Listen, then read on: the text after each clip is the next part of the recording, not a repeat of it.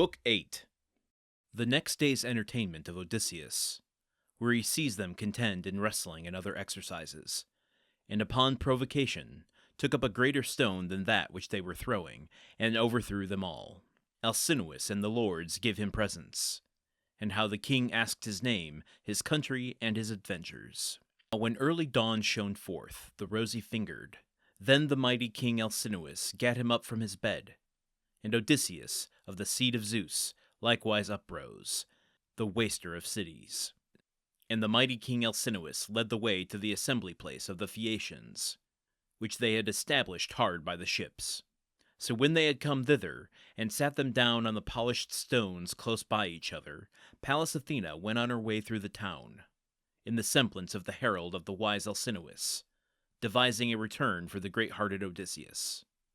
Then, standing by each man, she spake, saying, Hither now, get ye to the assembly, ye captains and counsellors of the Phaeacians, that ye may learn concerning the stranger, who hath lately come to the palace of wise Alcinous, in his wanderings over the deep, and his form is like the deathless gods. Therewith she aroused the spirit and desire of each one, and speedily the meeting places and seats were filled with men that came to the gathering. Yea, and many an one marvelled at the sight of the wise son of Laertes. For wondrous was the grace Athena poured upon his head and shoulders, and she made him greater and more mighty to behold, that he might win love and worship and honor among all the Phaeacians, and that he might accomplish many feats, wherein the Phaeacians made trial of Odysseus. Now, when they were gathered and come together, Alcinous made harangue, and spake among them. Hearken, ye captains and counsellors of the Phaeacians, and I will say that which my spirit within me bids utter. This stranger, I know not who he is, hath come to my house in his wandering, whether from the men of the dawning or the westward, and he presses for a convoy, and prays that it be assured to him. So let us, as in time past, speed on the convoy.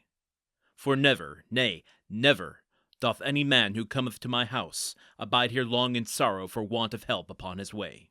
Nay, come, let us draw down a black ship to the fair salt sea, for her first voyage, and let them choose 52 noble youths throughout the township, who have been proved heretofore the best. And when ye have made fast the oars upon the benches, step all ashore, and thereafter come to our house, and quickly fall to feasting. And I will make good provision for all. To the noble youths I give this commandment. But ye others, sceptred kings, come to my fair dwelling, that we may entertain the stranger in the halls, and let no man make excuse. Moreover, bid hither the divine minstrel, for the god hath given minstrelsy to him as to none other, to make men glad in what way soever his spirit stirs him to sing. Folks, welcome to Book 8. Sorry, I'm not jumping in with a high energy of celebration for Book 8. I'm very excited to see where this story's going. My energy is selfish right now. Let me explain my experience real quick to bring you into how I'm feeling. This is an ancient text. I am a Midwestern American male, not particularly adept at languages, speaking other cultures. I didn't even have to take a language in high school, if you can believe that.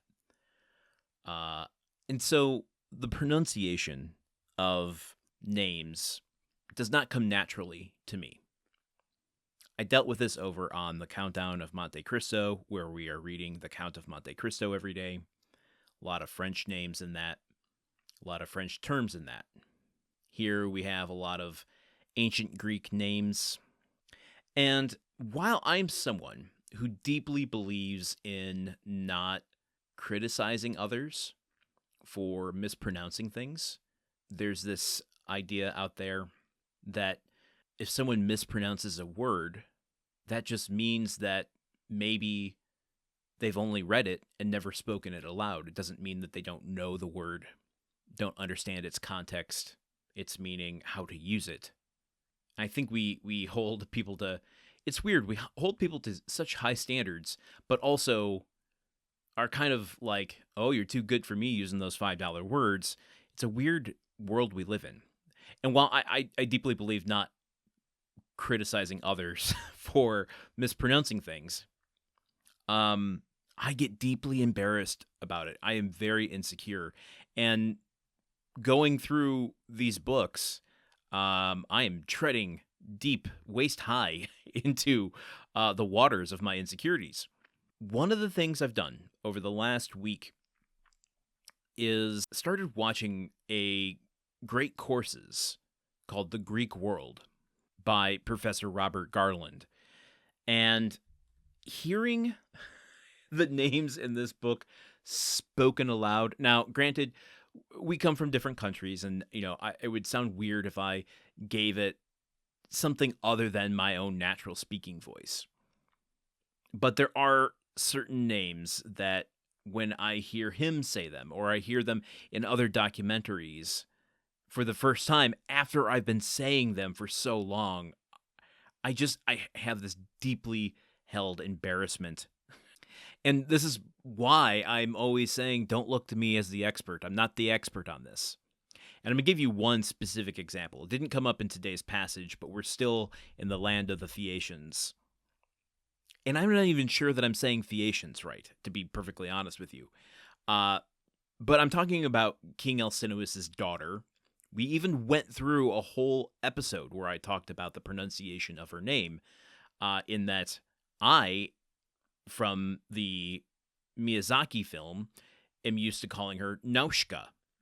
I have been calling her on this show Nausicaa, which almost sounds like if you were to spell out phonetically what I'm saying, that you would spell it pretty much the same, but maybe like put an apostrophe between the last two A's.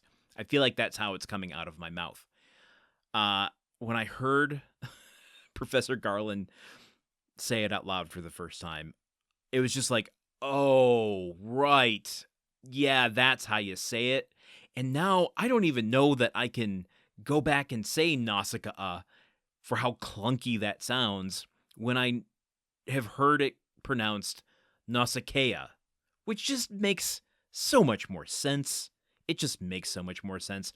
And it doesn't stop there. I mean, I think this whole story so far has been riddled with these. I think at first I was saying Argives instead of Argives. I mean, I don't know what to do about this. I realize this is something I probably just need to hold on to as like embracing the imperfections. I'm a little stuck on like, well, do I correct it moving forward, or do I go with consistency with the incorrect pronunciation? There's a really silly part of my brain going, well, when we're done with the Odyssey, we'll do it over.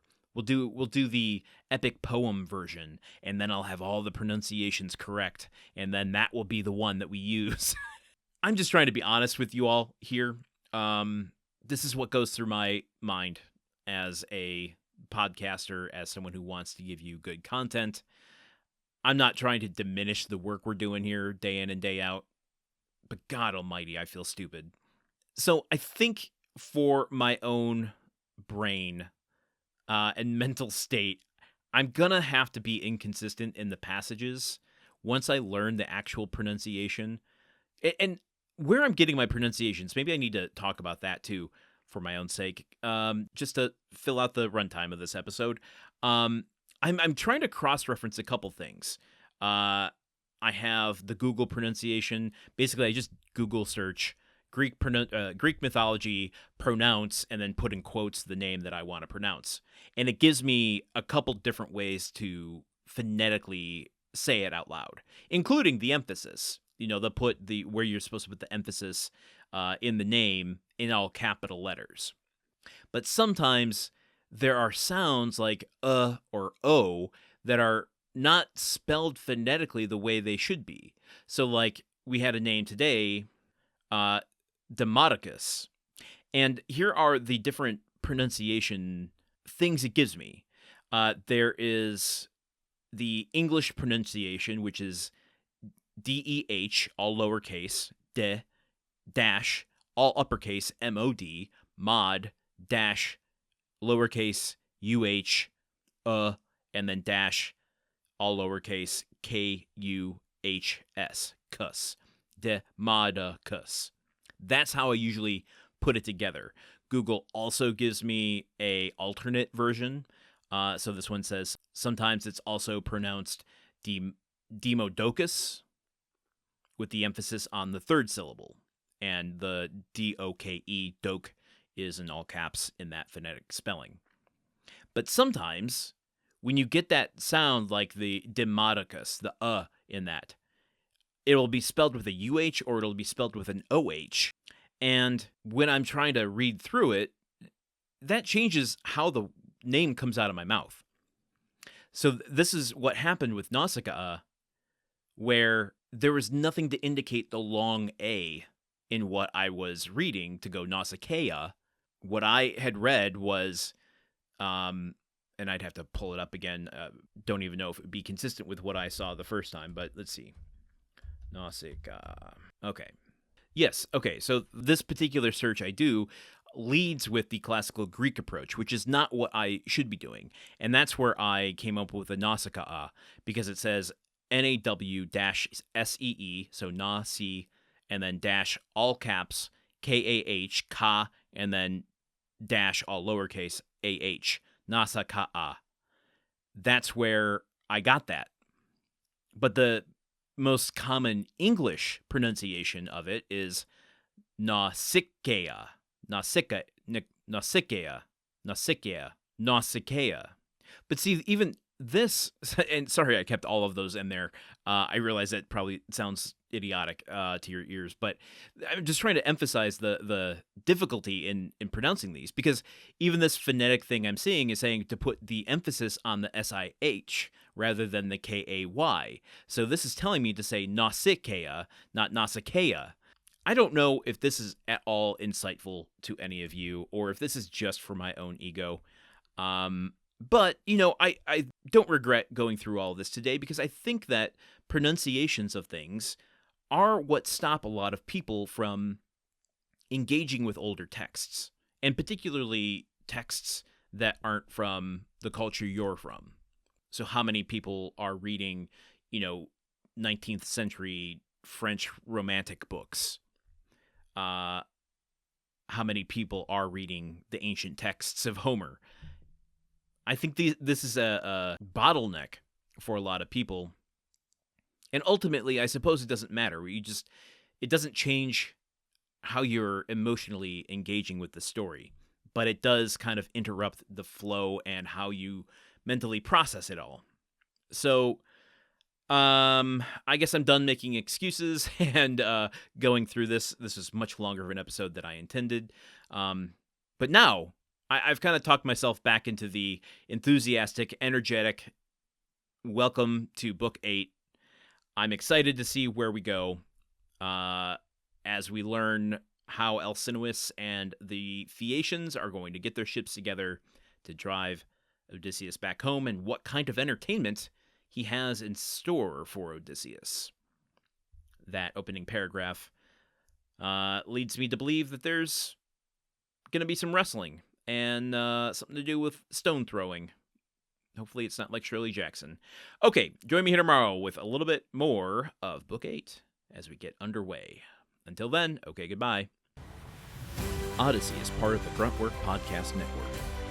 The show is produced, edited, and hosted by Landon Solano. The original text of The Odyssey, written by Homer. Theme song by Neuroflow. You can support this show and other shows like it by going to patreon.com/gruntworkpod. Thank you for listening. See you tomorrow.